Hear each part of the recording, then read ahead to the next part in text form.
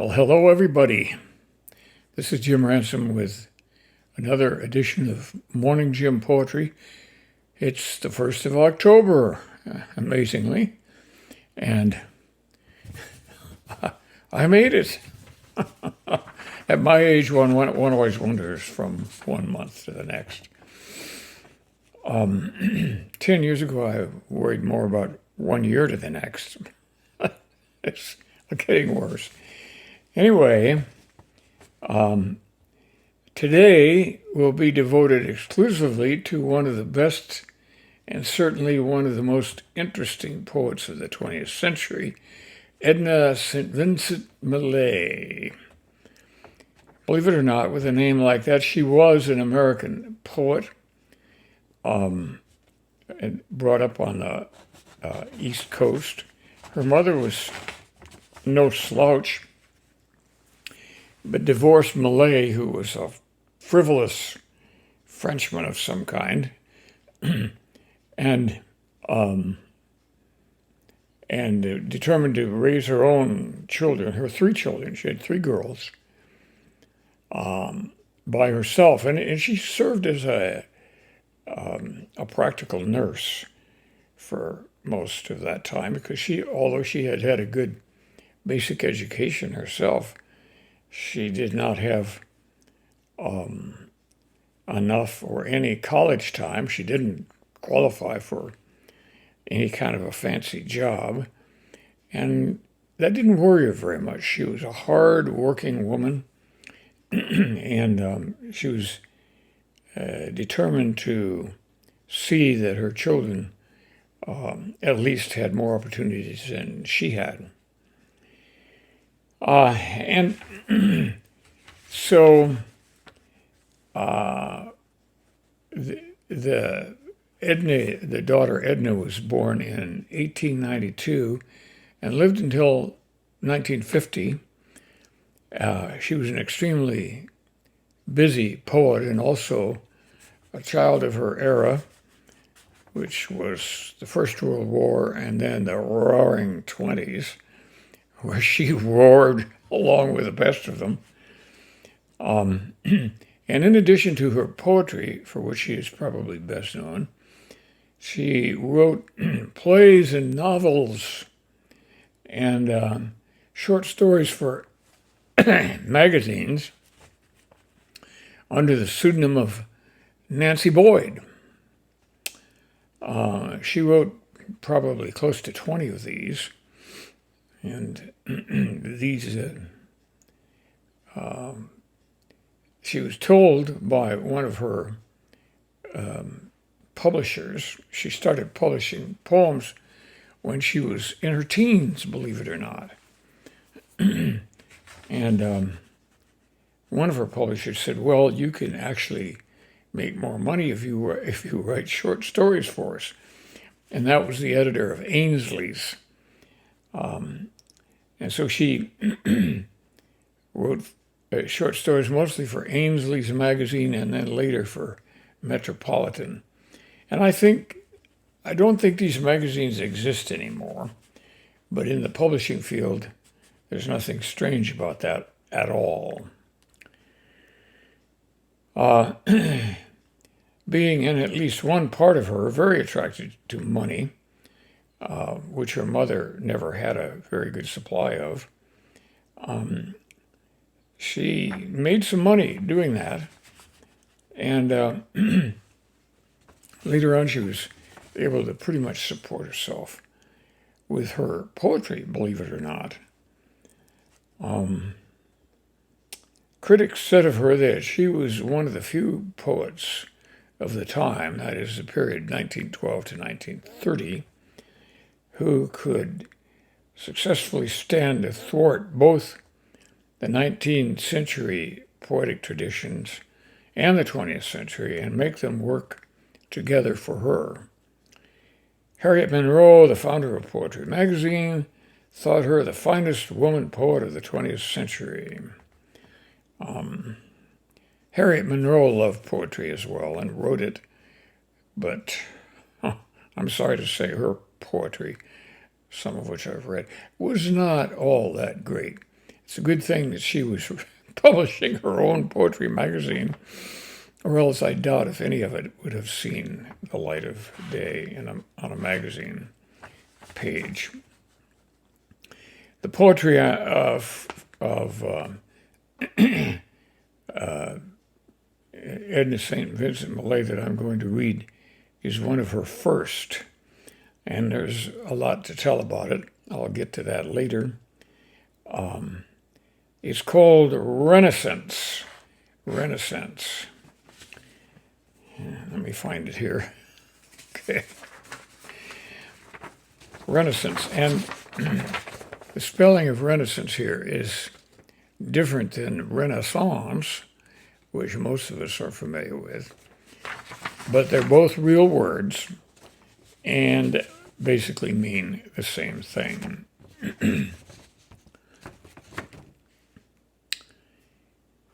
Renascence by Edna St. Vincent Millay. All I could see from where I stood was 3 long mountains and a wood. I turned and looked another way and saw 3 islands in a bay. So with my eyes I traced the line of the horizon, thin and fine, straight around till I was come back to where I'd started from. And all I saw from whence I stood was 3 long mountains and a wood. Over these things I could not see. These were the things that bounded me, and I could touch them with my hand, almost, I thought, from where I stand. And all at once things seemed so small, my breath came short and scarce at all. But sure the sky is big, I said, miles and miles above my head. So here upon my back I'll lie and look my fill into the sky. And so I looked, and after all, the sky was not so very tall. The sky, I said, must somewhere stop, and sure enough, I see the top. The sky, I thought, is not so grand. I most could touch it with my hand, and reaching up my hand to try, I screamed to feel it touch the sky. I screamed, and lo, infinity came down and settled over me. Forced back my scream into my chest, bent back my arm upon my breast, and pressing of the undefined, the definition on my mind, held up before my eyes a glass through which my shrinking sight could pass, until it seemed I must behold immensity made manifold. Whispered to me a word whose sound deafened the air for worlds around, and brought unmuffled to my ears the gossiping of friendly spheres, the creaking of the tinted sky, the ticking of eternity. I saw and heard and knew at last the how and why of all things, past and present, and forevermore. The universe, cleft to the core, lay open to my probing sense that, sickening, I would fain pluck thence, but could not, nay, but needs must suck at the great wound, and could not pluck my lips away till I had drawn all venom out. Ah, fearful pawn! For my omniscience I paid a toll in infinite remorse of soul. All sin was of my sinning, all atoning mine, and mine the gall of all regret. Mine was the weight of every brooded wrong, the hate that stood behind each envious thrust. Mine every greed, mine every lust. And all the while, for every grief, each suffering, I craved relief with individual desire, craved all in vain, and felt fierce fire. About 1,000 people crawl. A man was starving in Capri. He moved his eyes and looked at me. I felt his gaze. I heard his moan and knew his hunger as my own. I saw at sea a great fog bank between two ships that struck and sank. 1,000 screams the heavens smote, and every scream tore through my throat. No hurt I did not feel, no death that was not mine. Mine each lost breath. That crying met an answering cry from the compassion that was I. All suffering mine, and mine its rod. Mine pity, like the pity of God. Ah, awful weight. Infinity pressed down upon the finite me. My anguished spirit like a bird, beating against my lips I heard, yet lay the weight so close about there was no room for it without. And so beneath the weight lay I and suffered death, but could not die. Long had I lain thus craving death, when quietly the earth beneath gave way, and inch by inch, so great at last had grown the crushing weight, into the earth I sank, till I, full 6 feet underground, did lie, and sank no more. There is no weight can follow here, however great. From off my breast I felt it roll, and as it went my tortured soul burst forth and fled in such a gust that all about me swirled the dust. Deep in the earth I rested now.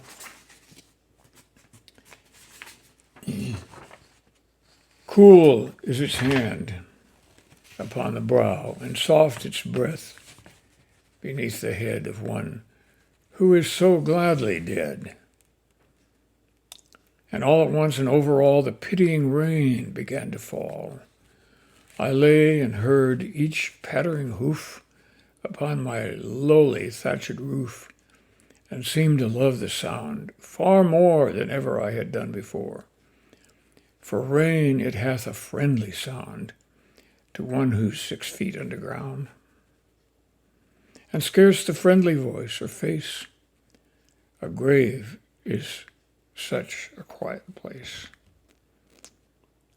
The rain, I said, is kind to come and speak to me in my new home.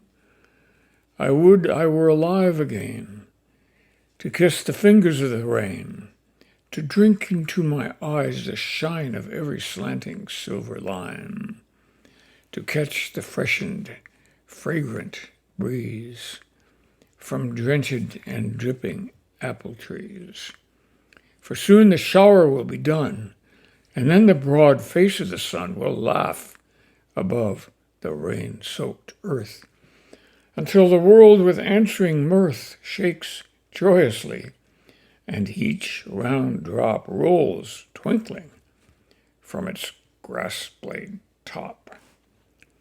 How can I bear it, buried here, while overhead the sky grows clear and blue again after the storm?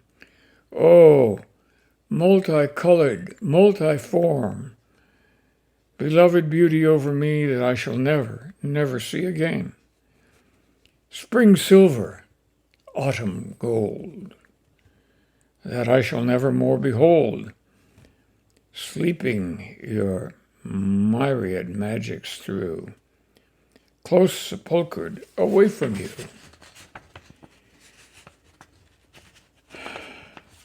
Oh God, I cried, give me new birth and put me back upon the earth. Upper upset each cloud's gigantic gourd, and let the heavy rain downpoured in one big torrent set me free.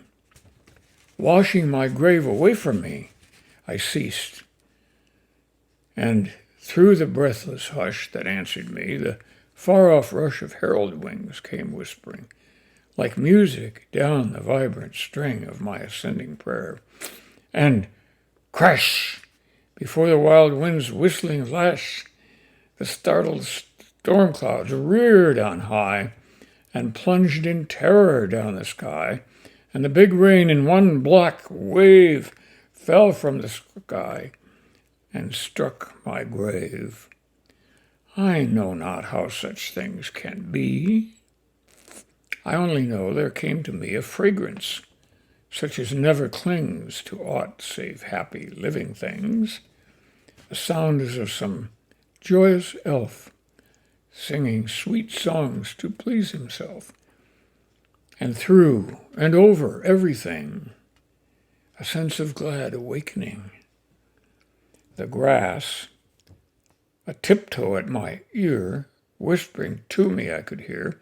I felt the rain's cool fingertips brush tenderly across my lips, laid gently on my sealed sight, and all at once the heavy night fell from my eyes, and I could see a drenched and dripping apple tree, a last long line of silver rain, a sky grown clear and blue again.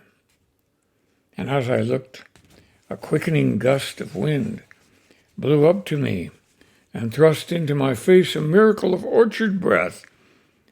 And with the smell, I know not how such things can be, I breathed my soul back into me. Up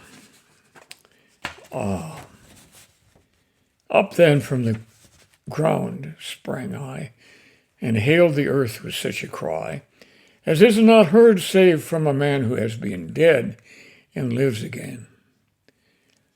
About the trees my arms I wound. Like one gone mad, I hugged the ground.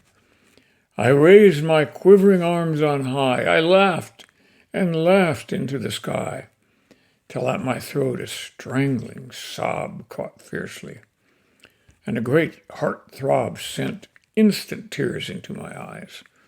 O God, I cried, no dark disguise can e'er hereafter hide from me thy radiant identity. Thou canst not move across the grass, but quick my eyes will see thee pass, nor speak, however silently, but my hushed voice will answer thee. I know the path that tells thy way, through the cool eve of every day. God, I can push the grass apart and lay my finger on thy heart.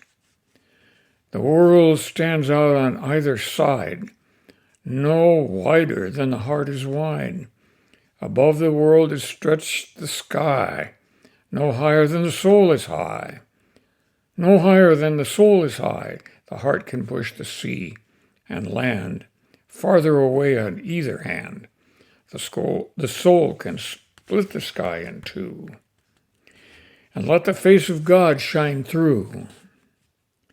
But east and west will pinch the heart that cannot keep them pushed apart.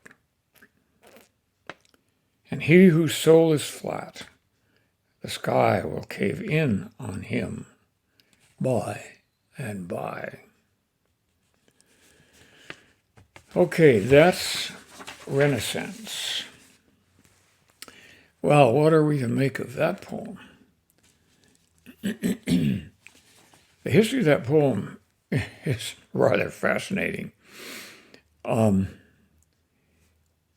than her mother, Edna St. Vincent Millay had nobody to push her work. But she finally entered a poetry contest, and one of the editors of the contest, which was worth $1,000 prize money, which was a lot of money in 1912, which was about the time when this happened. The editor contacted her and said, well, as far as I'm concerned, you will win this contest. But in fact, she didn't. When the poetry collection that was gotten together by this contest finally finished, the majority of the editors voted for somebody else to win the contest. But that upset so many of the judges and so many people who read the poems in the magazine that there was quite a great outcry.